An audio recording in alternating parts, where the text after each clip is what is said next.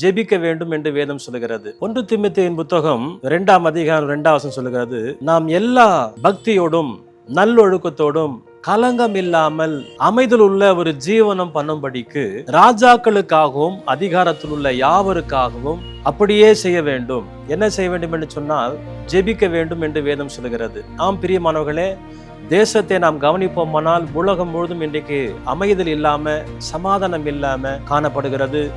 Iran இஸ்ரேலுக்கு இடையே நடக்கிற அந்த யுத்தத்துல அமெரிக்காவும் இணைந்து இன்னும் ஒரு சில நாடுகள் இணைந்து யுத்தம் செய்கிறதுனால உலகம் முழுதுமாக ஒரு சமாதானம் இல்லாத ஒரு நிலை, உயிர்கள் இழக்கப்படுகிறது, அநேக சேதாரங்கள் உண்டாகிறது. இவை எல்லாவற்றுக்கும் தேவ பிள்ளைகளாகிய நாம் என்ன செய்ய வேண்டும்? அதுதான் அந்த வேத வசனம் சொல்லுகிறது. அமைதலுள்ள ஜீவனம் பண்ணும்படிக்கு அவர்களுக்காக ராஜாக்களுக்காக நாம் ஜெபிக்க வேண்டும், தேசத்துக்காக ஜெபிக்க வேண்டும். அங்கே நடக்கிற யுத்தத்தை அங்கிருந்து நமக்கு ஒரு பாதிப்பு இங்கே வருமானால் இங்கிருந்து நம்ம ஜெபிக்கிற ஜெபமானது கட்டாயம் அங்கே நன்மைக்கு எதுவான பாதிப்பை ஏற்படுத்தி சமாதானத்தையும் அந்த தேசத்திலே அமைதலையும் உண்டாக்கும் என்பதில் சந்தேகம் இல்லை. ஜெபிப்போம், கர்த்தர் பெரிய காரியங்களை தேசத்திலே செய்வாரா. God bless you.